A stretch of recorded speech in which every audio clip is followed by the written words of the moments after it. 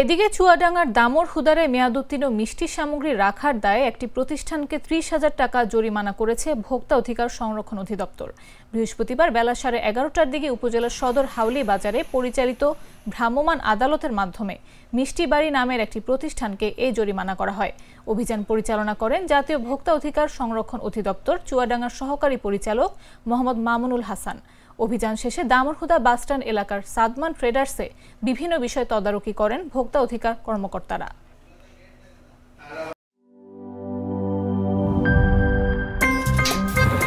আমার একটা স্মার্ট সিদ্ধান্তে 25% গ্যাসের খরচ কমেছে। ভাবছেন কিভাবে?